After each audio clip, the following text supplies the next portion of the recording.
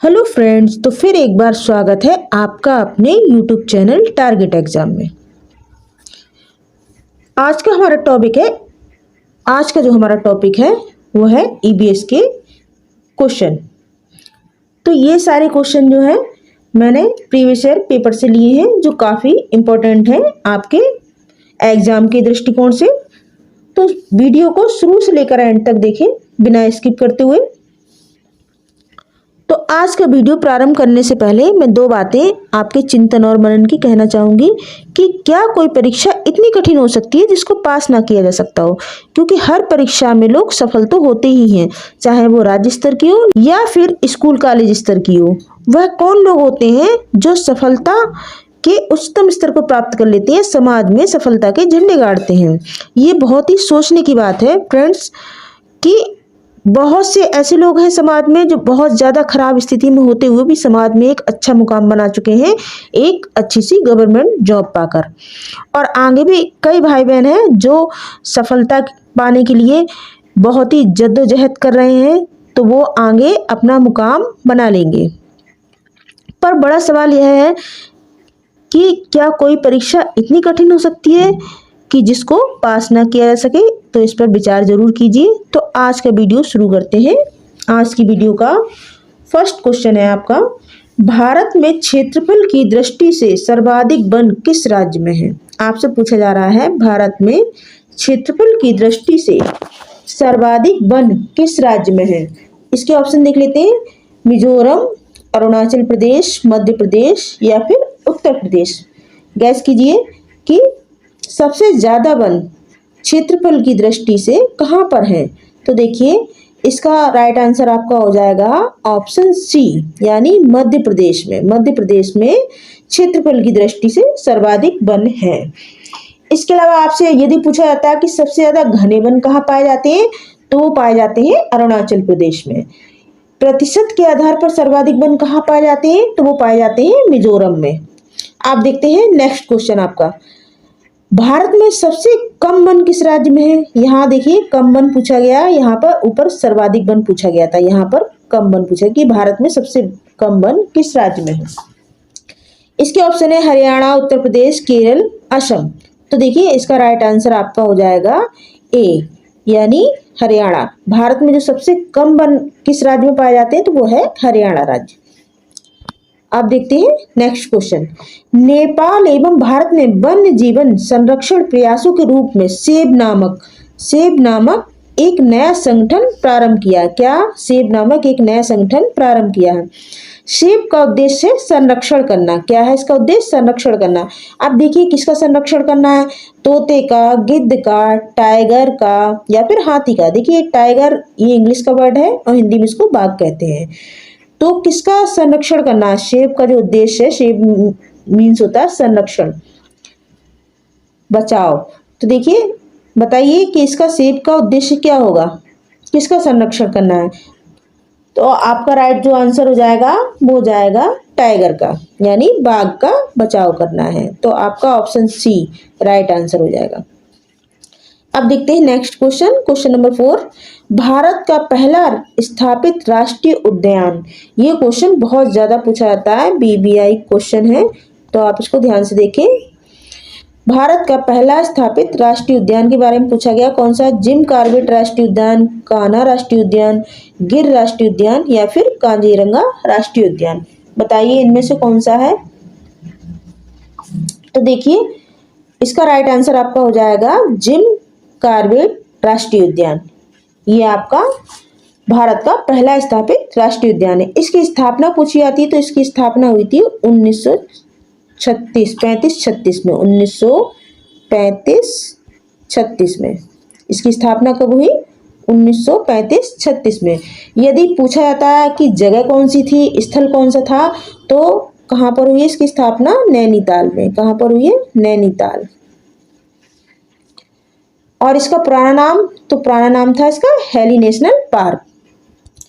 अब देखते हैं next question, question number 5, world wildlife fund WWF का प्रतीक कौन सा जानवर है। इसके देखिए ऑप्शन देख लेते हैं, जॉइंट पांडा, शेर, सफेद भालू, चीता। कौन सा है बताइए इनमें से कौन सा होगा। तो आपका राइट आंसर हो जाएगा इसका राइट आंसर होगा आपका जॉइंट पांडा, जो कि world wildlife fund WWF का प्रतीक जॉइंट पांडा है। अब देखते हैं next question, question number 6। Amrita Devi Smriti Puraskar जिसके लिए दिया जाता है वह क्या है?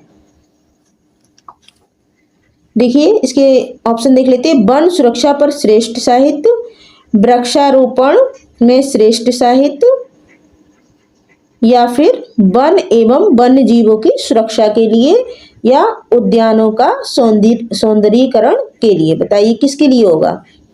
तो इसका आपका जो राइट आंसर हो जाएगा वन एवं वन्य जीवों की सुरक्षा के लिए, यानी ऑप्शन सी इसका राइट आंसर हो जाएगा। अब ये पूछा जाता है कि कौन सा आंदोलन है ये? इसे बिश्नोई आंदोलन के नाम से जाना जाता है। अमृता देवी बिश्नोई को बिश्नोई आंदोलन के नाम से जाना था। ये कहाँ पर हुआ था? तो ये राजस्थान के खेजड़ली गांव में हुआ था। कहाँ पर हुआ था? राजस्थान के खेजड़ली गांव में। इसी आंदोलन में अमृता देवी बिश्नोई, जिन्होंने वृक्षों की रक्षा के लिए अपनी जान दी, इसके अलावा इनके परिवार तथा 200 अन्य महिलाओं ने भी वन एवं वन्य जीवों की सुरक्षा के लिए अपनी जान दे दी थी। तभी से ये अमृता देवी स्मृति पुरस्कार दिया जाने लगा है। किसके लिए? वन एवं वन्य जीवों की सुरक्षा के लिए। क्वेश्चन नंबर 7 देख लेते हैं। National bureau of plant genetic resources स्थित है। कहाँ पर स्थित है? अरुणाचल प्रदेश, मद्रास, मुंबई या फिर नई दिल्ली। तो देखिए इसका राइट आंसर हो जाएगा नई दिल्ली में। कहाँ पर स्थित है? नई दिल्ली में। इसकी स्थापना हुई थी 1977 में। कब हुई थी? 1977 में। इसके द्वारा आनुवंशिक गुणों पर शोध किया जाता है। ये आनुवंशिकता के रखरखाव का कार्य करता है। इसके अलावा नई दिल्ली के बारे में पूछा जाए तो नई दिल्ली को भारत का दिल कहते हैं। नेक्स्ट क्वेश्चन है आपका, विश्व टाइगर दिवस कब मनाया जाता है? विश्व टाइगर दिवस कब मनाया जाता है? तो देखिए इसके आंसर ऑप्शन देख लेते हैं। 29 जुलाई, 4 जुलाई, 6 जुलाई या फिर 1 जुलाई। तो इसका राइट आंसर आपका हो जाएगा 29 जुलाई। 29 जुलाई को विश्व टाइगर दिवस मनाया जाता है। यदि आपसे पूछा जाए कि भारत में कितने बाघ हैं, तो भारत में 3167 बाघ हैं, यानी भारत में सबसे ज्यादा बाघ हैं। आप देखते हैं नेक्स्ट क्वेश्चन। फूलों की घाटी अवस्थित है। कहाँ अवस्थित है? हिमाचल प्रदेश, जम्मू कश्मीर, सिक्किम या फिर उत्तराखंड। कहाँ पर अवस्थित है? यहाँ पर देखिए जम्मू कश्मीर।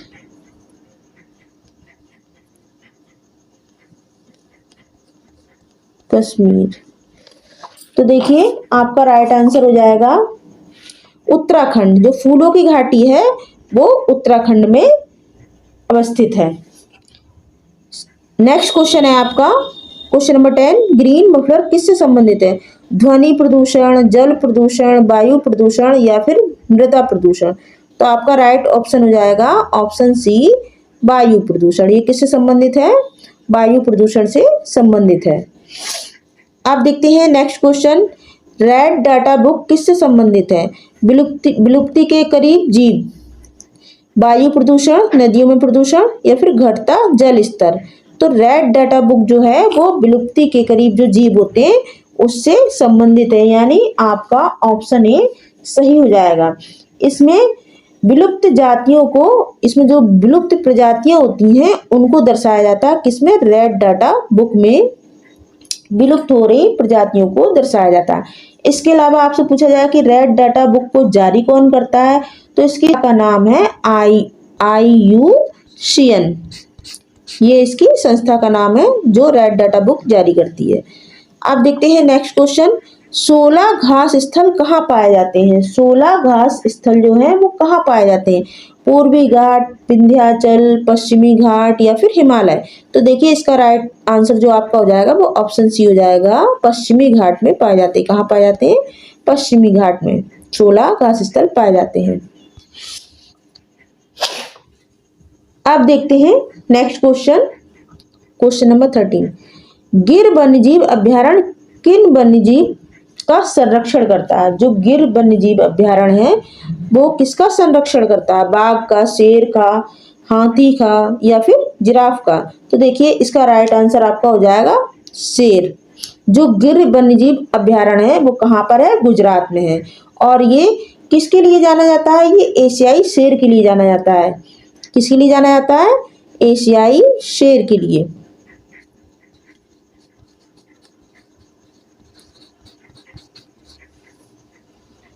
अब नेक्स्ट क्वेश्चन है आपका, पर्यावरण संरक्षण अधिनियम कब बनाया गया? पर्यावरण संरक्षण अधिनियम कब बनाया गया? इसके ऑप्शन है 1986, 1982, 1990 या फिर 1992। तो इसका आपका राइट आंसर हो जाएगा 1986। जो पर्यावरण संरक्षण अधिनियम था वो 1986 में बनाया गया। अब मैं आपसे एक क्वेश्चन पूछ रही हूँ, विश्व वन्यजीव कोष कब बनाया गया? इसे कमेंट करके आप लोग बताइए। आप देखते हैं नेक्स्ट क्वेश्चन, दुधवा राष्ट्रीय उद्यान उत्तर प्रदेश के किस जिले में है? दुधवा राष्ट्रीय उद्यान उत्तर प्रदेश के किस जिले में है? मिर्जापुर, लखीमपुर खीरी या फिर गोरखपुर या फिर मेरठ? बताइए कहाँ पर है ये? तो इसका राइट आंसर हो जाएगा आपका ऑप्शन बी, लखीमपुर खीरी। ये किसका पार्ट है? ये उत्तर प्रदेश का पार्ट है, लखीमपुर खीरी। तो दुधवा राष्ट्रीय उद्यान आपका कहाँ पर है? लखीमपुर खीरी उत्तर प्रदेश में है। आप देखते हैं नेक्स्ट क्वेश्चन, निम्नलिखित में से प्रकृति का रेडार माना जाता है? निम्नलिखित में से प्रकृति का रेडार माना जाता है, किसे माना जाता है? चमगादड़ को, गिद्ध को, दरियाई घोड़ा या फिर व्हेल मछली को? बताइए किसको माना जाता है? तो इसका राइट आंसर आपका हो जाएगा ए, यानी चमगादड़। चमगादड़ को प्रकृति का रेडार माना जाता है। तो फ्रेंड्स, जिन प्रश्नों को आप पहली बार देख रहे हैं उनको आप एक रिमाइंडर नोटबुक बनाइए, उसमें नोट करते रहें। इसके फायदे व महत्व मैं आपको आगे बताऊंगी। तो बढ़ते हैं अगले प्रश्न की ओर। नेक्स्ट क्वेश्चन है आपका, कौन सा पक्षी अपना घोंसला अलमारी के ऊपर आईने के पीछे बनाता है? बताइए। ये क्वेश्चन आपके एग्जाम में कई बार पूछा जा चुका है। इनसे कई क्वेश्चन ऐसे होते हैं जो पक्षियों से पूछे जाते हैं, उनमें से ये भी एक है। तो इसे आप BBI लिख सकते हैं, वेरी वेरी इंपॉर्टेंट क्वेश्चन। कौन बनाता है? देखिए, कौवा, गौरैया, कोयल या फिर इनमें से कोई नहीं? तो इसमें राइट आंसर आपका हो जाएगा ऑप्शन ए, गौरैया। गौरैया जो है ये अपना घोंसला अलमारी के पीछे, आईने के पीछे, किसी भी जगह इस तरह की जहाँ ये चीजें होती हैं वहां पर ये गौरैया अपना घोंसला बनाती है। नेक्स्ट क्वेश्चन है आपका, कौन सा पक्षी ऊंची डाल पर घोंसला बनाता है? कोयल, कौवा, गौरैया या फिर दर्जन चिड़िया? तो देखिए इसका राइट आंसर जो आपका हो जाएगा कौवा। कौवा जो होता है वो पेड़ की सबसे ऊंची डाल पर घोंसला बनाता है। नेक्स्ट क्वेश्चन है आपका, पक्षी एक ही वक्त में दो अलग अलग चीजों को देख लेते हैं क्योंकि? बताइए। पक्षी जो है एक ही वक्त में दो अलग अलग चीजों को देख लेते हैं क्योंकि? वे अपनी गर्दन को घुमाते रहते हैं, इनके सिर के दोनों तरफ आंखें होती हैं, इनकी आंखें छोटी छोटी होती हैं, या इनकी आंखों की पुतली नहीं घूम सकती है। बताइए इनमें से क्या सही होगा? तो देखिए इसका राइट आंसर होगा कि इनके सिर के दोनों तरफ आंखें होती हैं। क्या होती हैं? इनके सिर के दोनों तरफ आंखें होती हैं। तो आपका ऑप्शन बी राइट हो जाएगा। आप देखते हैं नेक्स्ट क्वेश्चन, हवा में उपस्थित ऑक्सीजन का प्रतिशत है? बताइए इसमें से आपको ऑक्सीजन का प्रतिशत बताना है। देखिए 44%, 40%, 23%, 21%, क्या होगा इसमें से? तो देखिए इसमें आपसे ऑक्सीजन का परसेंट पूछा है, तो ऑक्सीजन कितने परसेंट पाई जाती है? तो इसमें आपका राइट आंसर हो जाएगा 21% पाई जाती है। इसके अलावा नाइट्रोजन पूछा जाए तो नाइट्रोजन पाई जाती है आपकी 78%। ऑक्सीजन आपकी 21% पाई जाती है। इसके अलावा यदि CO2 कार्बन पूछा जाता है तो वो कितना पाई जाती है? तो वो 0.03 ये आपकी कार्बन डाइऑक्साइड जो है ना, ये आपके वातावरण में 0.03 पाई जाती है। आप देखते हैं नेक्स्ट क्वेश्चन, प्रकृति में ऑक्सीजन का प्रमुख स्रोत है? बताइए क्या है? समुद्री जल, पर्यावरण, वर्षा जल या फिर हरे पौधे? ऑक्सीजन का आपको स्रोत बताना है कि क्या है प्रकृति में। तो देखिए इसका राइट आंसर आपका हो जाएगा हरे पौधे। ये आपके क्या है? प्रकृति के स्रोत हैं। आप देखते हैं नेक्स्ट क्वेश्चन, विटामिन ए की कमी से होने वाला रोग आपको बताना है। विटामिन ए की कमी से होने वाला रोग बताना है। इसमें आपके ऑप्शन है रिकेटस, रतौंधी, स्कर्वी या फिर क्वाशिकर रोग। बताइए कौन सा होगा। तो देखिए इसमें आपका राइट आंसर हो जाएगा विटामिन ए की कमी से जो रोग होता है, विटामिन ए की कमी से होने वाला जो रोग है वो है आपका रतौंधी, यानी जो आपका बी ऑप्शन है ये सही हो जाएगा। इसके अलावा जो रिकेटस है वो विटामिन डी की कमी से होता है। रतौंधी आपका विटामिन ए की कमी से हो गया, और स्कर्वी जो आपका है वो विटामिन सी की कमी से होता है। किससे होता है? विटामिन सी की कमी से होता है। और क्वाशियोकर रोग जो आपका होता है वो आपका होता है वो आपका प्रोटीन की कमी से होता है। क्वाशिकर जो रोग होता है वो आपका प्रोटीन की कमी से होता है।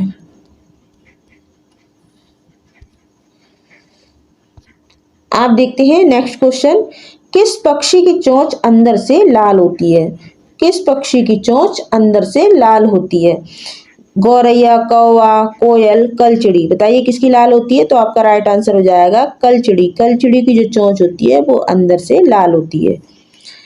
नेक्स्ट क्वेश्चन है आपका, ओजोन परत की मोटाई नापने की इकाई पूछी गई है कि ओजोन परत की मोटाई नापने की इकाई क्या है?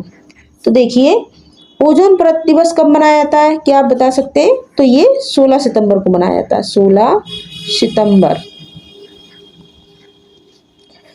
इसके अलावा ओजोन परत को मोटाई को नापने की इकाई है, ओजोन परत की मोटाई नापने की इकाई है तो वो है आपका डाप्सन, यानी ऑप्शन बी आपका राइट हो जाएगा। आप देखते हैं नेक्स्ट क्वेश्चन, गौरैया दिवस कब मनाते हैं? गौरैया दिवस कब मनाते हैं? 15 मार्च, 20 मार्च, 10 मार्च या फिर 18 मार्च, कब मनाते हैं? ये क्वेश्चन बहुत अधिक आपके एग्जाम में पूछा जाता है, बीबीआई क्वेश्चन है कि गौरैया दिवस कब मनाते हैं। तो ये मनाया जाता है आपका 20 मार्च को। क्या इसका राइट ऑप्शन आपका बी हो जाएगा।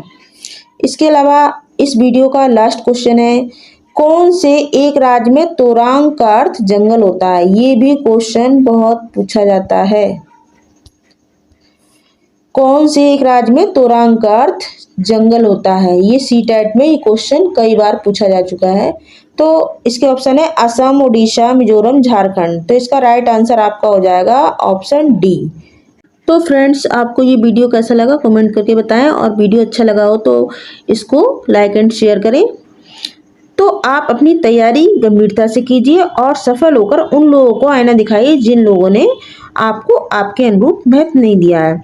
याद है वही लोगों के विचार आपके प्रति बदल सकती है। तो जो लोग आज आपको निगलेक्ट कर रहे हैं। तो मिलते हैं अगली वीडियो में। Thanks for watching. Thank you.